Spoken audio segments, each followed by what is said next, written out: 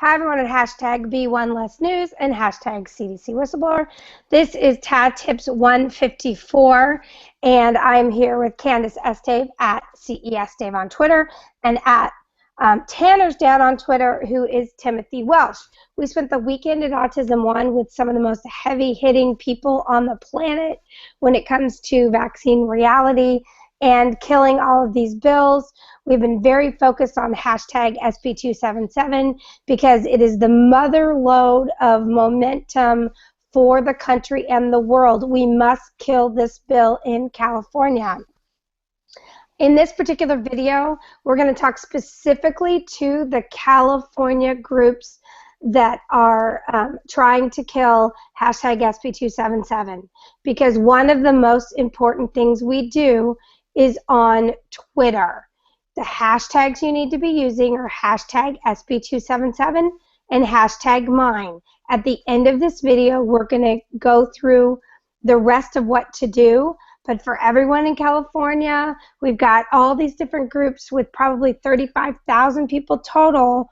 You need to make Twitter a pastime. Get a Twitter account, go to hashtag SB277 with hashtag mine, and just start retweeting if that's all you can do. Again, we're going to get to more of that in a second. The most important thing we're going to do is not Twitter. It is Be in Sacramento. Go to summerinsacramento.com, where you are going to find this website. We have a tentative date for the health committee. It's June 9th. So people are preparing to be in Sacramento on June 9th for the health hearing at the assembly. But what everyone needs to understand is between now, Monday actually, 2 days from now, and June 9th is probably the most important time to be in Sacramento. If we could get enough people in Sacramento that there's just 40 people in red shirts walking around the hallways of Sacramento every single moment that they're open, and we begin to be everywhere in Sacramento through June 9th, we could kill this bill based on volume. But we need to get people there now. The concept of summerinsacramento.com emerged from the Democratic Party Family Fun Day that we have, that you can look at the video right here. We had about 4 days notice and got about 1,000 people that were outside having Family Fun Day to talk about the concept of who owns my body. It's hashtag mine. While there are about 800 people inside the Democratic convention putting into their platform taking out personal and religious belief exemptions. So again, this is Summer in Sacramento, but it's really between now and June 9th is our first wave, depending on what happens after that. I want you to scroll down to here. This website is going to be changing in the next couple days to include probably 50 different events that are going to be happening. It's going to be Woodstock. People, if you're not in Sacramento before the end of June to show solidarity against these vaccine bills, it's something you can never do in your life. Like Woodstock, you were either there or you weren't. And if you had had the opportunity to be in Woodstock because you heard about it and you weren't there, you would regret it the rest of your life.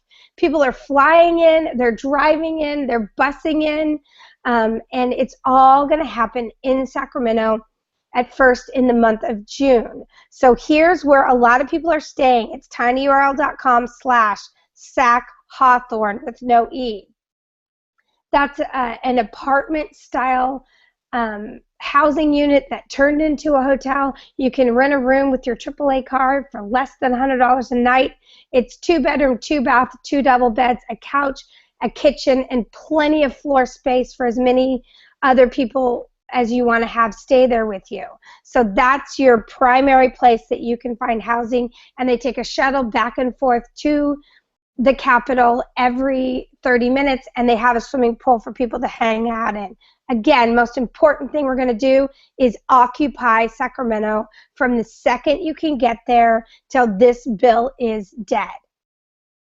So now let's go on to, this is just the cutest picture I've ever seen, so we included it there.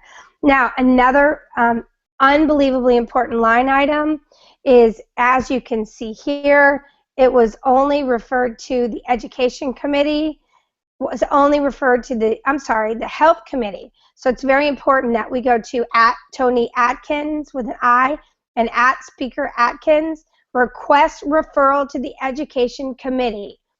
We have some people who have already spoken to her where she says, wow, I've never gotten so many tweets in my life. So we know she's on Twitter. We know that she's accessing that data. We know that her staffer is at minimum telling her that there's a lot of tweets going on.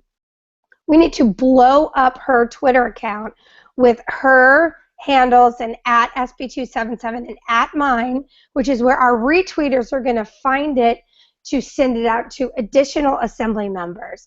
But again, we need to request referral to Education Committee. She is feeling a ton of pressure from the Democratic Party not to do that. We need to amplify the pressure that she knows that if she doesn't refer to the Education Committee, that will be the end of her political career, is I think how this would play out. So now let's go back to Twitter. And these are all available when you put in both hashtag SB277 with hashtag mine, which has been the platform for all of our tweets for killing these bills since hashtag CDC whistleblower. We segued into focusing on California as these other bills were dying. So how much will it cost to defend a yes vote on SB277? These legislators need to be calling their lawyers and asking that question. How much is it going to cost me if I vote yes on SB277? Could I be held liable? And the question isn't really could you be held liable. The question is, could somebody sue the people for this? And I think a good education on this is if they go to, is if they go to tinyurl.com/serving Dr. Pan, because it's a video by Andy Wakefield that talks about taking a set of paperwork, which, thank you, Candace, is available at /complaint-ORI, which you're going to find if you go to Candace. You can just retweet all this and find all these links. De Leon was just served with this paper last night at a party by a cute little girl in a cute little red jumpsuit. But it's very, very important that the clock starts ticking, that they're aware that there's currently fraud investigations going on about Merck, which is the main company that makes all the childhood vaccines. So this is the video. I'm not going to play that for you because we're short on time. And then this is the Natural News article, which is at this link right here, SB277 liability. This one, SB277 liability video, talks about the politician's liability. This one, /SB277 liability, talks about the doctor's liability on all of this. Because his position is that if you read this article, SB277 liability, you're going to see that what he's talking about is he thinks that charges can be filed against doctors and nurses who participate in vaccinating people that had a PBE and now are vaccinating under duress and coercion. So now let's go to this one. Politicians who vote with pharma make 4 times as much money when it's time for these re-election campaigns. That's available right here. You can read all about it. It's an older article, but it still applies today. Then we have this one. I'm not going to play it, but you can look it up.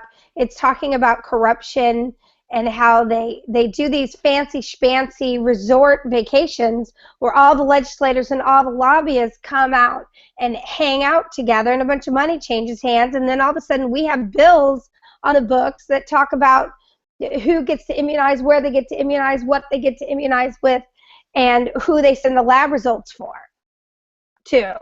Okay, so we've covered all of that. So now let's go to Twitter, and this is, Tim, where I want you to take over. So again, we are right this second talking to all the people in California.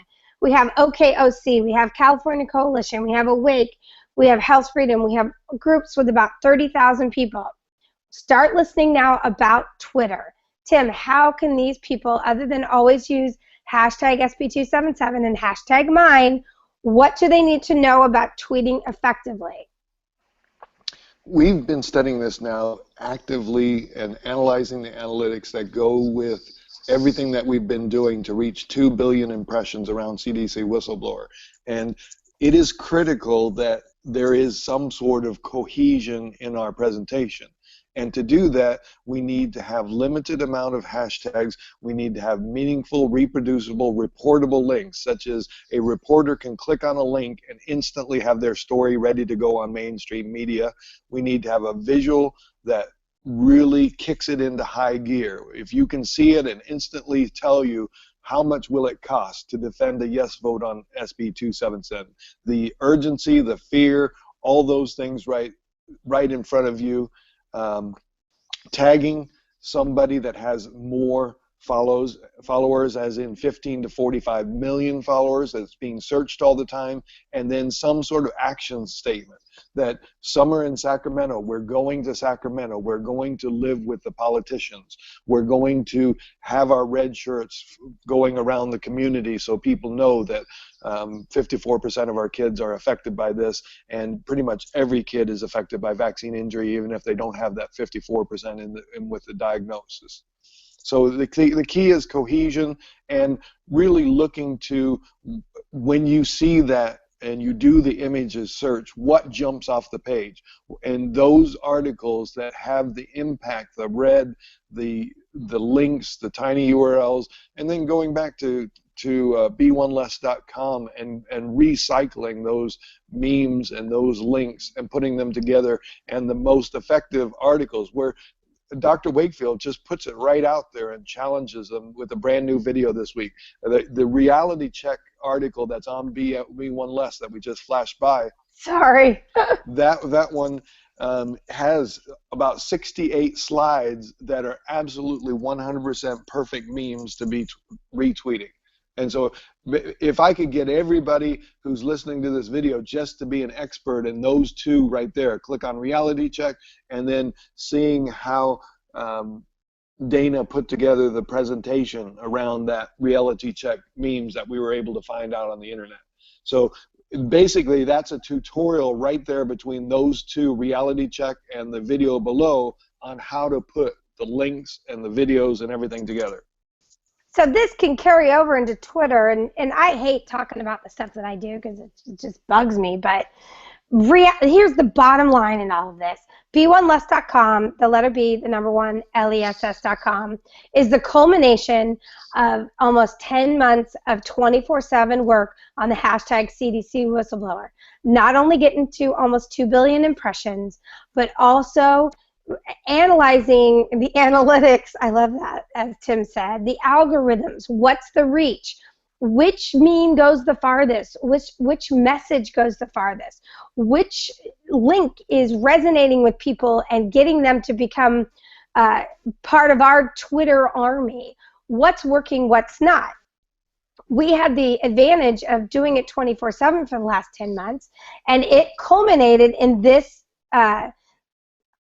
slide presentation right here, which was the presentation that I created from our work with CDC Whistleblower that I presented at Autism One, that is now an open source presentation that you are welcome to use with anybody that you know, love, or want to educate. It's loading right now, and it's just all of the slides that have the messages that carried the farthest on Twitter. Like, if you talk about half our kids being sick, it carries really, really far. If you talk about what's something that just, like, if you talk about Jenny McCarthy, it's just a total dead end. So this is, and what you can do is you can minimize this enough that you can simply take screen captures of any of these memes. Some of these are memes we found on the internet, and some of these are like this. This is from the presentation, but you could do a screen capture on this, and you now have a meme to put onto Twitter if you don't want to just go to hashtag SB277 and hashtag mine and retweet the entire thread. These are all a bunch of memes that we got and that were created for us to do this. So that is that presentation. But then the other thing that will be really helpful is open this presentation on one screen and then click on here, which is me giving the presentation, because it gives you all the talking points. And it's probably the most important thing I've ever done, and I've been working like a dog for 13 years. So please utilize that resource. And it's at b1less.com. And it's at the letter B, and the number 1, less.com. Okay, so now the other question that we have from people. Okay, so the most important thing you could do on Twitter is load Twitter on your phone. And I ask people this, and if somebody could just do this every day, it would be so helpful. And Candace is going to start doing 20 of her memes every day. But if people could go to @CESDave on their phone to Twitter, scroll down to a group of her memes, and just start loading them onto your phone and tweeting them. That would be so helpful. So we have thousands of memes that people have created over the last 9 months, and they're simply not being circulated like they could be. So if you go to CESTAVE @CESDave, and on your phone you scroll down and start loading your favorite memes to your phone and start tweeting and cycling 20 memes with the tiny URLs that go with them. Now I want to talk about wefollow.com, which is, other than what we're going to get to you in the next 24 hours, which is a list of all the Twitter handles of all the assembly members, especially the health committee members. We're going to circulate a photo and circulate a hard file of that. I know it's in one of these groups. If somebody knows where it is, please send it to either me or Candace or Timothy. Otherwise, we're going to create it and have it out by tomorrow's video.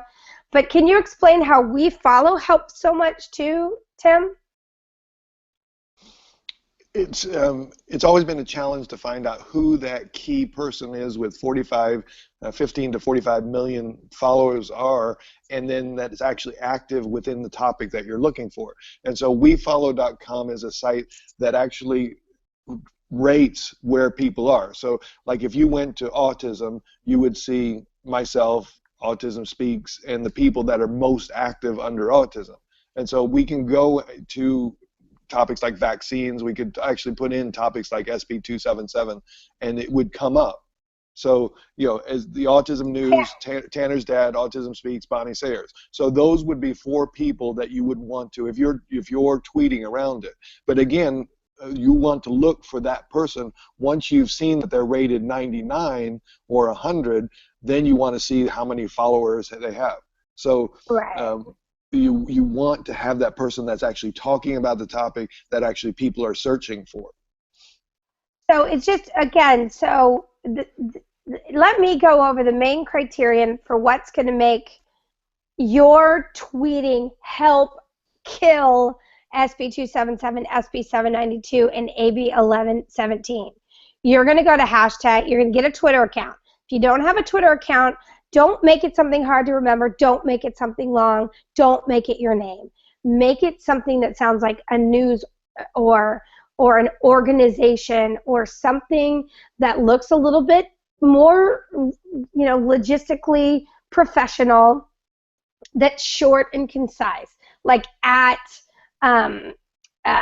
healthy kiddos, at Healthy Kiddos is probably available. Somebody go grab that. Healthy Kiddos, at Healthy Kiddos. And you're going to start going to hashtag SB277 and hashtag mine, and you're just going to retweet that thread because it starts to get out to more people when you do that. But ideally what you would do is you would hit retweet and then quote, and you would start adding these people that you see here from wefollow.com if you want to take it up the next level. The other way to do it is, Tim, how do you find the people with the most followers regardless of their interest? Like at Rosie and at Oprah and at Ellen. How do you find all of those? Is there any way to find those? There's a couple sites out there, but I'd have to go back and look. They've become pay sites, and so you have to be members to see those sites now. Okay. So I'm not really promoting those. Okay, so but you can think of, I mean, if you just search Rosie, you're going to see who Rosie is. So think of these big wigs that you know have huge followings, and you just type them in the search bar on Twitter, and up pops their account, and you just put that in. Now, and anyone following them can see your tweet. If they search them, they can see your tweet, like at Barack Obama. Right, and then if they like it, they're going to retweet it, and it's going to go to their millions of people. So now we just have to get hardcore about the hashtags. And somewhere along the lines, people are misunderstanding how the hashtags work. Number one is you have to have a platform hashtag from which all of your tweeters can retweet without working very hard. We always use hashtag CDC Whistleblower as our platform, and then we transition to hashtag SB277 and hashtag mine as our platform when California became ground zero for killing bills all across the nation. That's your platform where you find everything you need to be able to retweet. The other thing you need to know about hashtags is you don't create hashtags. You follow the momentum of hashtags unless you have some crazy, brilliant idea about one specific thing that you kind of want to just float out there and see what happens by marrying it to your platform hashtag. Again, hashtag SB277 and hashtag mine. The reason why we chose hashtag SB277 takes us into the third piece of what you do, which is you hijack hashtags for your competition. Hashtags are open source. All a hashtag does is put it in a filing system so that you can search and find everything in that hashtag. When you use two hashtags in combination as your platform, it not only populates both of those hashtags individually, it also subpopulates in a collated lesser file those two hashtags together. That's why it's been unbelievably valuable to do it this way. The reason why we use hashtag SB277 and not hashtag no on SB277, hashtag oppose SB277 is because those hashtags are simply talking to the choir. It's not what they're using in articles, it's not what they're using on the news, and it's not what the other side is using. What the other side is using is hashtag I am the herd, hashtag community immunity, hashtags vaccines work, hashtag I don't know what all the hashtags are, but that's another thing you can add if you want to, but that doesn't really get it out there that much more either because they're talking to themselves. But every time you float out some new random hashtag, you take a subgroup of your core speaking to the choir people that could be tweeting cohesively in a group, and you take them off into a room where they talk to each other. So I know Twitter isn't most people's forte. It is Timothy Welsh's forte, and because we've been doing this for 10 months, it's Candace and my forte as well. So stop with all the new hashtags. There's been some amazing ideas that have come and gone because instead of just using hashtag SB277 and hashtag mine, which are our platform hashtags, they've gone off and created new hashtags thinking that they were going to be able to carry it that way, and it just didn't work. If you have a great idea, use hashtag SB277 and hashtag mine. If you want to add some other miscellaneous one, it's not going to hurt that much, but Tim, talk about the hashtags quickly. I think you've said it all. I think that we'll keep pounding on it, but it's just it dilutes. It's diluting, and that's the big thing. We need to have a cohesiveness, and we need to be working. The reason we're able to discuss at this level, and the reason we're getting attention from Jimmy Kimmel and national news media and all the things that are going on is because we generated 2 billion conversations around CDC whistleblower. It doesn't matter what you think and what you're judging on the CDC whistleblower about Dr. Thompson and him still working at the CDC, it's become a pivot point to say what is wrong with this. The reason we're in this mess with 110 bills is because of the CDC whistleblower. There's no other reason to generate false fear and then force mandate this last 1 or 2%. They're driving towards adult force vaccines, and this is absolutely just an erosion of freedom, and there's so many different ways to go with this. Try to avoid the cat syndrome, and let's kind of stay in a group and be cohesive going forward. So summerinsacramento.com, we've got to get our butts there. I've seen a lot of people making plans to make that happen. It's got to happen. We also have to tweet to Tony Atkins all the information about requesting that it goes to the Education Committee, and we've got to stop with all the new hashtags and be cohesive in how we do hashtags. We need new tweeters out there retweeting the thread, and tomorrow we will have a list of all the Assembly members to be tweeting. We love you, and we will see you in Sacramento.